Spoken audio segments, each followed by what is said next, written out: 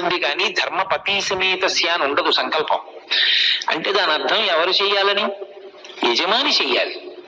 యజమాని చేసి నేను పూజ చేసిన కారణం చేత నా పత్ని బిడ్డలు అందరూ సుఖంగా ఉండాలని యజమాని కోరుకోవాలి. కాబట్టి ఇప్పుడు ఇల్లాలు వెలుపల ఉంటే ఇంట్లో పూజ చేయడానికి అభ్యంతరం ఎక్కడుంది? అభ్యంతరం ఏం లేదు.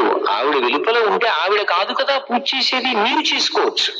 ఒకవేళ ఆవిడ వెలుపల ఉందండి, పిల్లలు చిన్నవాళ్ళు, వాళ్ళ బాగోగులు చూడాలి, వాళ్ళకి వేళకి పలహారం పెట్టాలి, ఏదో పాలు కాచి ఇవ్వాలి, అటు అది ఇది కూడా కష్టం అనుకుంటే నేను ఇందాక చెప్పాగా లఘువు చేసుకోండి.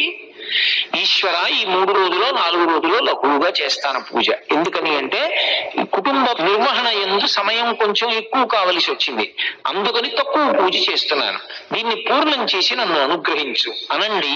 ఏమీ దోషం రాదు. ఇక ఆమె వెలుపల ఉంటే దీపం పెట్టడానికి అభ్యంతరం ఏముంది? పూజలో అంతర్భాగం దీపం పెట్టడం, పూజ చేయొచ్చు అని నేను చెప్తుంటే దీపం పెట్టడానికి అభ్యంతరం ఏముంది? అభ్యంతరం లేదు. నేను ఇవన్నీ దేన్ని ఆధారం చేసి చెప్తున్నాను